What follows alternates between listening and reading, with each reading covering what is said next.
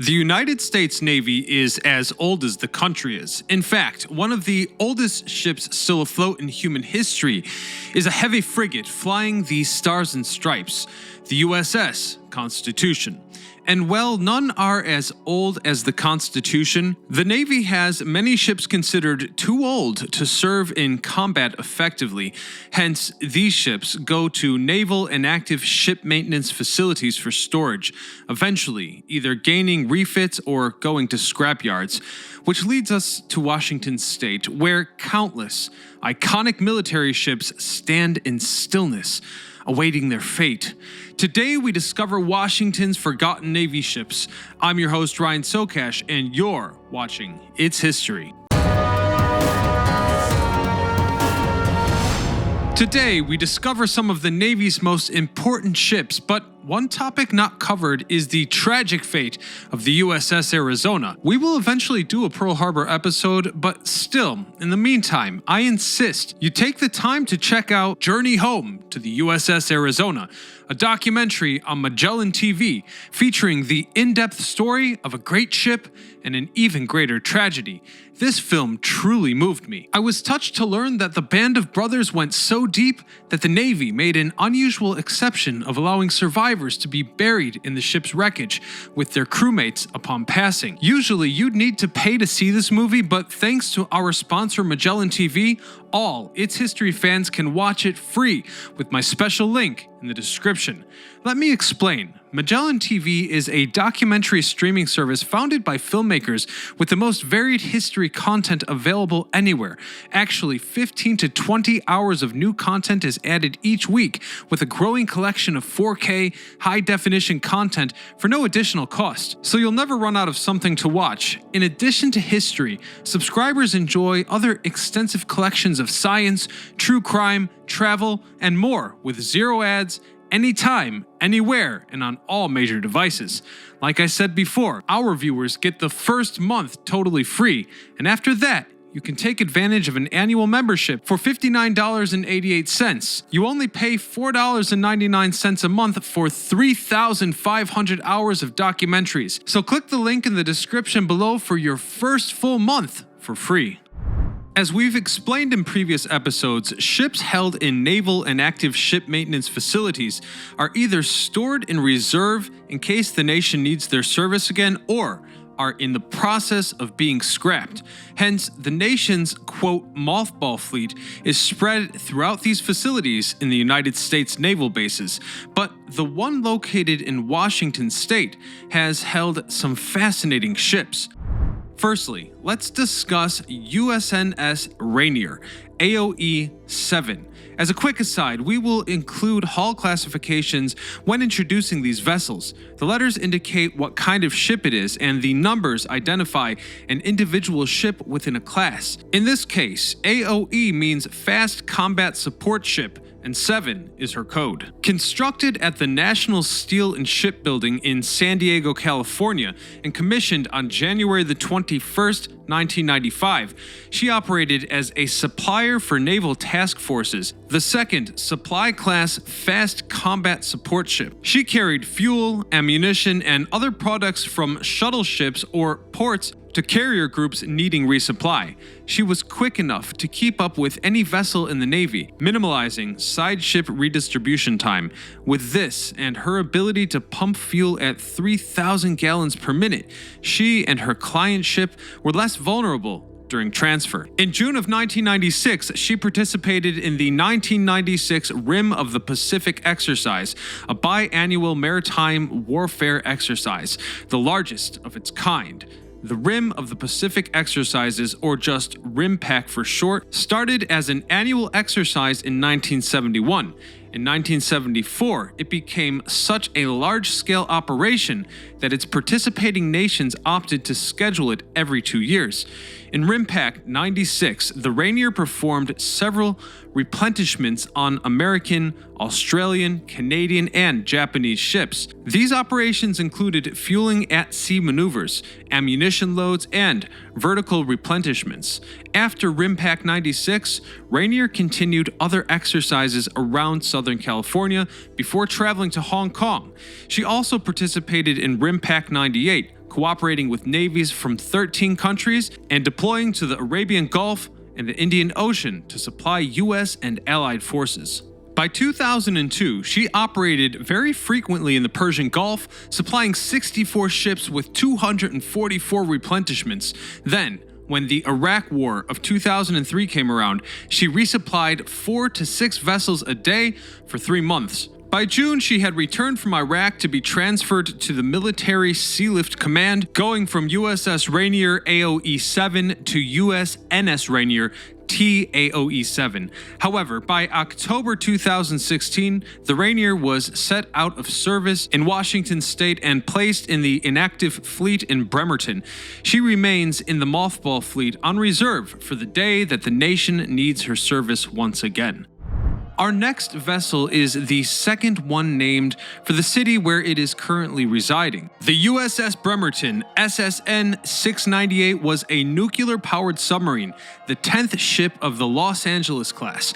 Constructed by General Dynamics Corporation in Connecticut, she launched in July of 1978 with the blessing of Henry M. Jackson, and on March the 28th, 1981, the U.S. Navy commissioned her. From there, she had 4 deployments to the Western and Eastern Pacific, all without much incident.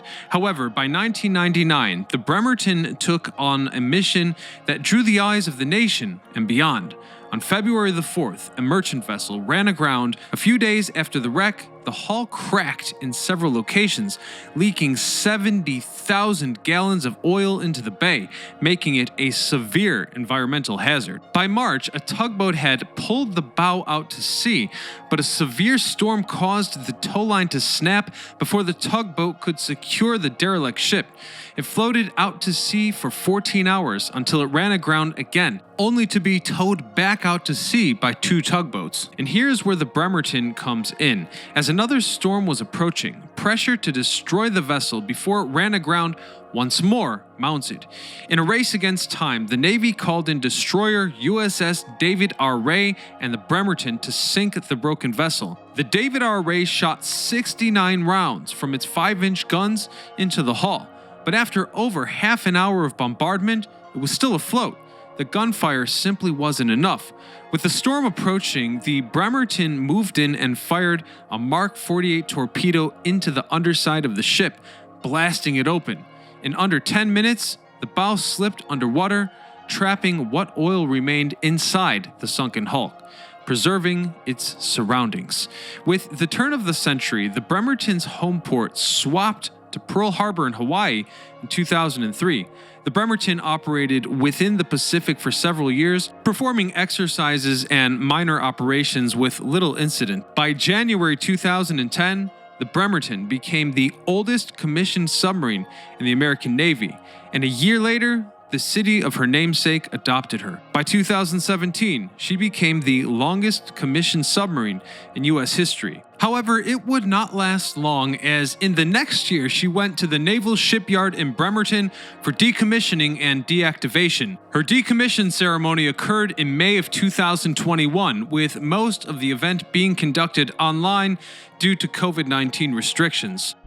Perhaps one of the most significant victories of the United States Navy ever achieved was the Battle of Midway, where the vessels of the Stars and Stripes destroyed all 4 of the present Imperial Japanese carriers, essentially kneecapping the Japanese ability to perform at sea. With this significance, it's no wonder the Navy named the next class of carriers ordered after the battle. The Navy ordered the construction of the USS Midway CV-41, less than 2 months after her namesake battle, but she wouldn't enter the Navy's service until after VJ Day on September the 10th, 1945. At that time, she was the largest ship in the world, too big to pass through the Panama Canal. She joined the Atlantic Fleet as the flagship of Carrier Division No. 1, with Norfolk, Virginia, as her home port. She took part in many tests and operations in this role, one such maneuver being Operation Sandy, when she fired a German V-2 rocket from her flight deck, the first to do so on a moving platform. After acquiring modifications to carry heavier aircraft, she joined NATO forces in 1952 and participated in maneuvers in the North Sea. By October, she obtained a new role, an attack aircraft carrier, changing her designation to CVA 41. With this new title, the U.S. sent her on a world tour, traveling from America down to the Cape of Good Hope in South Africa, and then up to Taiwan. After operating in the West Pacific until 1955, she completed her world trip by traveling to Bremerton, Washington for an overhaul at Puget Sound. With modernization completed in 1957 and a new home port in Alameda, California, Midway operated in the West Pacific for several years, defending Japan, Korea, the Philippines, and Taiwan. She took part in the Vietnam War, with her air wings downing the first 3 Soviet MiG-17 fighters credited to U.S. forces in Southeast Asia, returning to America on February the 11th, 1966 for more modernization in San Francisco Bay Naval Shipyard. She returned to Vietnam in 1971 and 1972 to conduct single-carrier operations. Operating once again in 1975, she assisted in the final evacuation of American civilians in South Vietnam. She served in several show-of-force operations off the Korean coast and the North Arabian Sea, remaining around the Western Pacific for the 1980s. She then reported to the North Arabian Sea in 1991 to participate in Operation Desert Storm. Also, she assisted in evacuating families and military personnel from Clark Air Base when the volcano on the island of Luzon erupted. Her final voyage took her to San Diego, where the Navy decommissioned her in April of 1992. She remained in the Puget Sound Naval Shipyard until 2003, when the San Diego Aircraft Museum received her as a donation. Unfortunately, since January the 13th, 2004, she has operated as a museum ship. Named for the site of the Wright brothers' first powered airplane flight, the USS Kitty Hawk II, CVA-63, is the second ship of its name, the first being an aircraft transport vessel that operated in the Pacific Theater of World War II. Constructed by the New York Shipbuilding Corporation in Camden, New Jersey, and launched on May the 21st, 1960, the Navy commissioned Kitty Hawk II, the lead ship of the Kitty Hawk class of carriers, on April the 29th, 1961, in Philadelphia Naval Shipyard, Pennsylvania. After receiving some design alterations in November of 1961, she entered the United States' 7th Fleet, relieving Midway as the flagship on October the 7th, 1962. Operating in the West Pacific until 1966, she performed combat maneuvers in Vietnam, striking at enemy troops in both North and South Vietnam. She returned to San Diego for overhauls and training, deploying again in November of 1966, serving as the flagship of the Commander Task Force 77, operating around the clock, flying air wings over northern Vietnam. She remained in Southeast Asia, returning to San Diego for training once in 1968, then serving in the region until 1972. In 1973, her home port swapped to San Francisco, where the Navy refitted her from an attack carrier to a multi-mission carrier, taking the CV designation. Her new designation allowed an air wing of hers to take an anti-submarine role, so she took part in RIMPAC 73 and 75 and underwent a complete overhaul once more at Puget Sound Naval Shipyard. Completed in March of 1977, she deported for the Western Pacific again, going to Pearl Harbor in May of 1978. From there, she assisted in aiding refugees fleeing the newly united Socialist Republic of Vietnam. She also operated around Korea, Iran, and elsewhere in the West Pacific and Indian Oceans. By the 1990s, she expanded operations to the whole of the Pacific and participated in Operation Desert Storm. After more modernization in 1997, she operated around the Middle East, and after the September 11th attacks, continued operations around the Pacific and Indian Oceans until May 2008. She took part in RIMPAC 2008, afterwards traveling to Bremerton, Washington in September, and the Navy fully decommissioned her in May of 2009. By that point, she was the last diesel-fueled aircraft carrier the United States Navy had. In January of 2022, she left Puget Sound Naval Shipyard, bound for Brownsville, Texas, for scrapping. Which brings us to the successor to the Kitty Hawk class of aircraft carriers, and the next generation of carriers that abandoned diesel fueling. Named after the famous USS Enterprise CV-6, the same Enterprise that fought in the Second World War and gained the moniker Big E. Her successor was the U.S. Navy's first nuclear-powered carrier. The USS Enterprise CVN-65, the lead ship of the Enterprise class of carriers and the 8th ship to carry her name, began construction on February 4th, 1958. Performed by Newport News Shipbuilding and Dry Dock Company, commissioned on November 25th, 1961, she underwent many extensive training operations to test out the capabilities of the new nuclear engines. After serving as a tracking station for America's first orbital spaceflight, Project Mercury, she joined the Second Fleet on her first deployment, constituting training and nuclear strike exercises on the U.S. East Coast in 1962. She joined the Sixth Fleet in the Mediterranean Sea in August, eventually returning to Norfolk, Virginia in October. It might only seem befitting that the first nuclear carrier took part in the most significant nuclear scare in human history, the Cuban Missile Crisis. You see, during this situation, Enterprise, a part of Task Force 135, enforced the naval blockade around Cuba with support from shore-based aircraft. After the de-escalation of the crisis, Enterprise deployed out to the Mediterranean and eventually performed a worldwide journey of her own. By 1965, she began participating in attacks on the Viet Cong in Vietnam, launching 125 air sorties on the first day, whereas her Air Wings task force unleashed 167 short tons of explosive material on the Viet Cong supply lines. By December 3rd, she flew 165 airstrike sorties in a single day, which was a new record.